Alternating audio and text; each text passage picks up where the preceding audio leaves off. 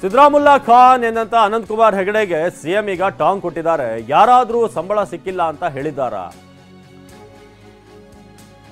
ಈ ಸರ್ಕಾರದಲ್ಲಿ ಸಂಬಳ ಸಿಕ್ಕಿಲ್ಲ ಅಂತ ಯಾರಾದರೂ ಹೇಳಿದ್ದಾರಾ? ಇದುವರೆಗಂಥದ್ದು ಏನಾದರೂ ಉದಾಹರಣೆ ಇದೆಯಾ?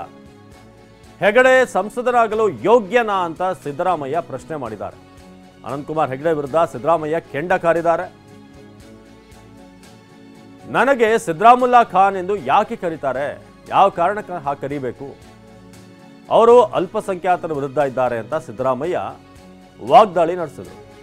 ಹಾಸನ ಜಿಲ್ಲೆ ಅರಸೀಕೆರೆಯಲ್ಲಿ ಮಾತನಾಡುವಂತಹ ಸಂದರ್ಭದಲ್ಲಿ ಸಿಎಂ ಸಿದ್ದರಾಮಯ್ಯ ಸಂಸದ ಅನಂತಕುಮಾರ್ ಹೆಗಡೆ ವಿರುದ್ಧ ಕೆಂಡ ಕಾರಿದರು.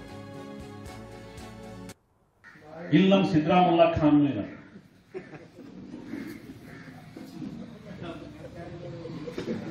ಈ ಗ್ಯಾರಂಟಿ ಕೊಟ್ಟುಗುಟ್ಟಿಗೆ ಇವತ್ತು ನಮ್ಮ ಸರ್ಕಾರಿ ನೌಕರರಿಗೆ ಕೊಡ್ಲಿಕ್ಕೆ ಪಗಾರ ಇಲ್ಲ. ಮಹೇಶ್ ಹೆಬ್ಬಾ ಕಾಟ್ಲಾ ಮೀನು ಕೃಷಿಯಲ್ಲಿ ಎಕರೆಗೆ 3 ಲಕ್ಷ ಗಳಿಸ್ತಿದ್ದಾರೆ. ನೀವು ಕೂಡ ಅವರಿಂದ ಕಲಿಬೇಕಾ? ಅವ್ರ ಜೊತೆ ವಿಡಿಯೋ ಕಾಲ್ ನಲ್ಲಿ ಮಾತಾಡಬೇಕಾ? ಈಗಲೇ ಫ್ರೀಡಮ್ ಆಪ್ ಡೌನ್ಲೋಡ್ ಮಾಡಿ. ನಿಮ್ಗೆ ಯಾರಾದ್ರೂ ನಿಮ್ ಸಂಬಂಧಿಕರು ನಿಮ್ಗೆ ಇವರು ಇದ್ರೆ ಕೇಳ್ರಿ. ನೌಕರರಿಗೆ ಕೊಡ್ಲಿಕ್ಕೆ ಇವತ್ತು ಪಗಾರ ಇಲ್ಲ, ಅಭಿವೃದ್ಧಿ ಕೊಡ್ಲಿಕ್ಕೆ ಪಗಾರ ಇಲ್ಲ, MLAಗಳಿಗೆ ನಾವು ದುಡ್ಡು ಕೊಡುದಿಲ್ಲ, ನಮ್ಮ ಹತ್ರ ದುಡ್ಡಿಲ್ಲ ಅಂತ ಅಂತಾರೆ. ಹಿಂದುಳಿದವರಿಗೆ ಮತ್ತು SC ST ಗಳಿಗೆ ಕೊಟ್ಟಿರೋ 11,000 ಕೋಟಿ ರೂಪಾಯಿ ಅನುದಾನ ನಾಪತ್ತೆ ಆಗುತ್ತಿದೆ. ಮೋದಿಯವರು ಅದನ್ನು ಮಾಡಿಲ್ಲ. ಹಿಂದುಳಿದವರಿಗೋಸ್ಕರ SC ST ಗಳಿಗೆ ಇಟ್ಟಿರೋ 11,000 ಕೋಟಿ ರೂಪಾಯಿ ಇದ್ದಕ್ಕಿದ್ದಂತೆ ನಾಪತ್ತೆ ಆಗಿದೆ ಕರ್ನಾಟಕದಲ್ಲಿ. ಇವತ್ತು ಗಲಾಟೆ ನಡೆದಿದೆ.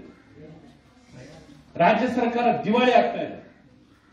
ಈ ತರ ಗ್ಯಾರಂಟಿ ಮೋದಿ ಕೊಟ್ಟಿಲ್ಲ. ಮೋದಿ ಗ್ಯಾರಂಟಿಗೂ ಸಿದ್ದರಾಮುಲ್ಲಾ ಖಾನ್ ಯಾರಾದರೂ ಈ ಸರ್ಕಾರದಲ್ಲಿ ಸಂಬಳ ಕೊಟ್ಟಿಲ್ಲ ಅಂತ ಹೇಳಿದ್ದಾರಾ? ನಂಬರ್ 1. ನಂಬರ್ 2, ಅನಂತಕುಮಾರ್ ಹೆಗಡೆ ಈ ಸಂವಿಧಾನನೇ ನಾವು ಅಧಿಕಾರಕ್ಕೆ ಬಂದಿರೋದೇ ಈ ಸಂವಿಧಾನ ಬದಲಾವಣೆ ಮಾಡಕ್ಕೆ ಅಂತ ಬಂದವರು. ಅವರು ಲೋಕಸಭಾ ಸದಸ್ಯರಾಗಕ್ಕೆ ಲಾಯಕ? ಹೇಳಿ ನೋಡೋಣ. ಅಂಥವ್ರು ಇಂಥ ಹೇಳಿಕೆ ಕೊಟ್ರೆ ಇದಕ್ಕೆ ಯಾವ ಕಿಮ್ಮತ್ ಇರ್ತದೆ? ಹೇಳಪ್ಪ. ಮಿನಿಸ್ಟರ್ ಆಗಿದ್ದಾಗ ಹೇಳಿದ್ದದು ನಾವು ಅಧಿಕಾರಕ್ಕೆ ಬಂದಿರೋದೇ ಸಂವಿಧಾನ ಬದಲಾವಣೆ ಮಾಡಲಿಕ್ಕೆ. ಈಗ ಸಂವಿಧಾನದ ಬಗ್ಗೆ ಗೌರವ ಇಲ್ಲದಿದ್ದವರು ಲೋಕಸಭಾ ಸದಸ್ಯರಾಗಲಿಕ್ಕೆ ಲಾಯಕ? ಕಾಮಾಲೆ ರೋಗದವರಿಗೆ ಕಾಮಾಲೆ ರೋಗ ಇರ್ತದಲ್ಲ, ಅವ್ರಿಗೆ ಎಲ್ಲ ಹಳದಿಯಾಗಿ ಕಾಣ್ತವೆ. ಅಂತವ್ರಿಗೆ ಏನ್ ಮಾಡಕ್ಕಾಗುತ್ತೆ? ಕಾಮಾಲೆ ರೋಗ ಅವ್ರಿಗೆ ಅವರು ಮಾತು ಹೇಳೋದು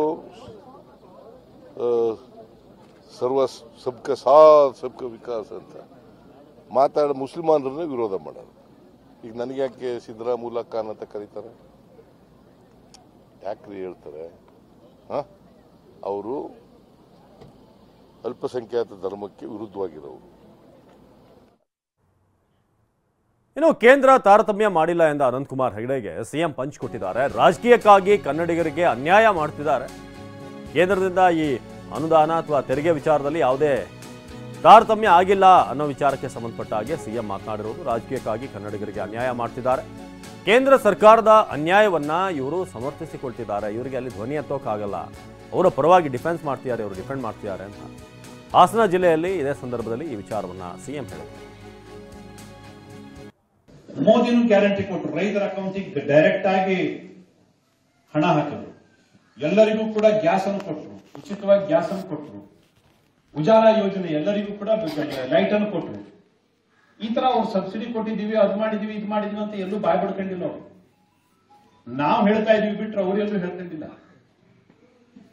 ಇದ್ರ ಜೊತೆಗೆ ಅವ್ರು ಇಷ್ಟೆಲ್ಲ ಮಾಡಿದ್ರು. 370ಕ್ಕೂ ಹೆಚ್ಚು ಯೋಜನೆಯನ್ನು ಕೊಟ್ಟರು ಅವರು ಜನರಿಗೆ ಅನುಕೂಲ ಆಗಲಿ ಅಂತ.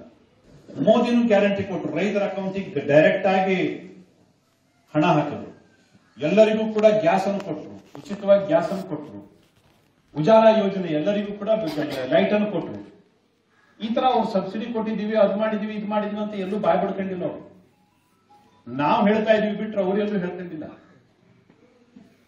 ಇದ್ರ ಜೊತೆಗೆ ಅವ್ರು ಇಷ್ಟೆಲ್ಲ ಮಾಡಿದ್ರು. 370ಕ್ಕೂ ಹೆಚ್ಚು ಯೋಜನೆಯನ್ನು ಕೊಟ್ಟರು ಅವರು ಜನರಿಗೆ ಅನುಕೂಲ ಆಗಲಿ ಅಂತ. ಬೆಂಬಲ ಮಾಡಿ ತಮಿಳುನಾಡಿನವರು ಯಾಕೆ ಹೋಗಿದ್ರು? ಎಲ್ಲ ರಾಜ್ಯಗಳಿಗೂ ಅನ್ಯಾಯ ಆಗಿದೆ. ದಕ್ಷಿಣದ ರಾಜ್ಯಗಳಿಗೆ ಜಾಸ್ತಿ ಅನ್ಯಾಯ ಆಗಿದೆ. ನಾವು ಉತ್ತರದ ರಾಜ್ಯಗಳಿಗೆ ಕೊಡಬೇಡಿ ಅಂತ ಹೇಳಲ್ಲ, ಆದರೆ ನಮಗೆ ಅನ್ಯಾಯ ಮಾಡಿ ಅವರು ಕೊಡ್ಬಿಡಿ. ನಿಮಗೆ ಬರ್ತದಲ್ಲ ಪಾಲು, ನಿಮ್ಮ ಪಾಲಿನಲ್ಲಿ ಕೊಡಿ. ನಮ್ಮ ಪಾಲಿನಲ್ಲಿ ಯಾಕೆ ಕಿತ್ಕೊಡ್ತೀರಿ? ನಿಮಗೆ ಬರ್ತದಲ್ಲಪ್ಪ. ಈಗ 100ಕ್ಕೆ 70 ರೂಪಾಯಿ ಅವ್ರು ಇಟ್ಕೋತಾರೆ. 100ಕ್ಕೆ ಎಷ್ಟು ಇಟ್ಕೋತಾರೆ? 70 ರೂಪಾಯಿ ಇಟ್ಕೋತಾರೆ. ಅದ್ರಲ್ಲಿ ಕೊಡಿ. ನಮಗೆ ಬರೋ ಪಾಲಿನಲ್ಲಿ ಯಾಕೆ ಕಿತ್ಕೊಡ್ತೀರಿ? That is our stand.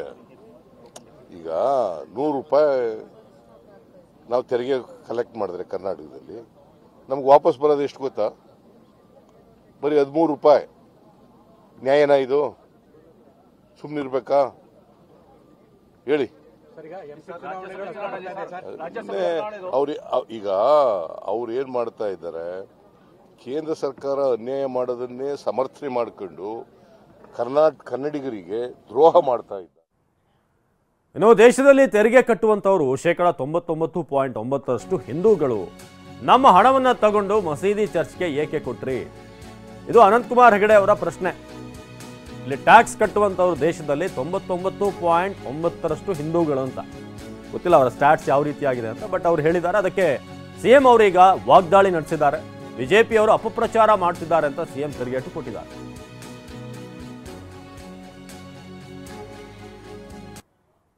ಈ ದೇಶದಲ್ಲಿ ತೆರಿಗೆ ಕೊಡ್ತಕ್ಕಂಥ 99.9 ಜನ ಹಿಂದೂಗಳು.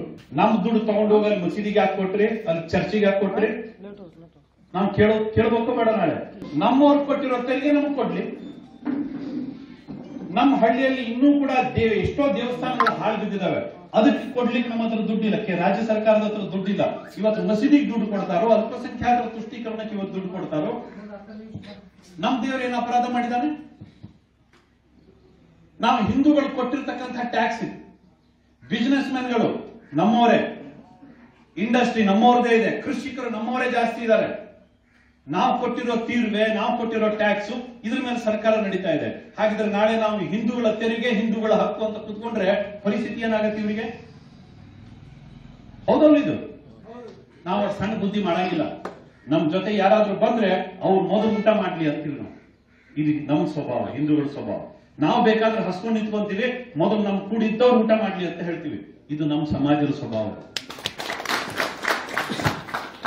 ಕೊಡ್ಲಿ, ಯಾರಿಗೆ ಬೇಕಾದ್ರೂ ಕೊಡ್ಲಿ. ಆದ್ರೆ ನಮ್ ದೇವ್ರ ದುಡ್ಡು ತಗೊಂಡೋಗಿ ಅಲ್ಲಿ ಕೊಡುದು, ಮತ್ ಮಾತೆತ್ತಿದ್ರೆ ನಮ್ಮ ತೆರಿಗೆ, ನಮ್ಮ ಹಕ್ಕು ಅಂತ ಹೇಳ್ತಕ್ಕಂಥದ್ದು ಏನು ಹಿಂದೂ ಸಮಾಜ ಅಂತಂದ್ರೆ ಇದೇನು ಬೇವರ್ಸಿ ಸಮಾಜ? ಅಪಪ್ರಚಾರ ಮಾಡ್ತಾ ಇದ್ದಾರೆ.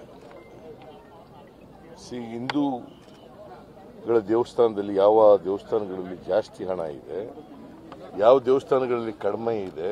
ಹಿಂದೂಗಳ ದೇವಸ್ಥಾನ, ಹಿಂದೂಗಳ ಐ ಆಮ್ ಎಂಪಸೈಸಿಂಗ್, ಹಿಂದೂಗಳ ದೇವಸ್ಥಾನಕ್ಕೆ ಮಾತ್ರ ಉಪಯೋಗಿಸೋದು. ಬೇರೆ ಎಲ್ಲಿಗೂ, ಬೇರೆ ಧರ್ಮದ ದೇವಾಲಯಗಳಿಗೆ ಉಪಯೋಗಿಸಲ್ಲ.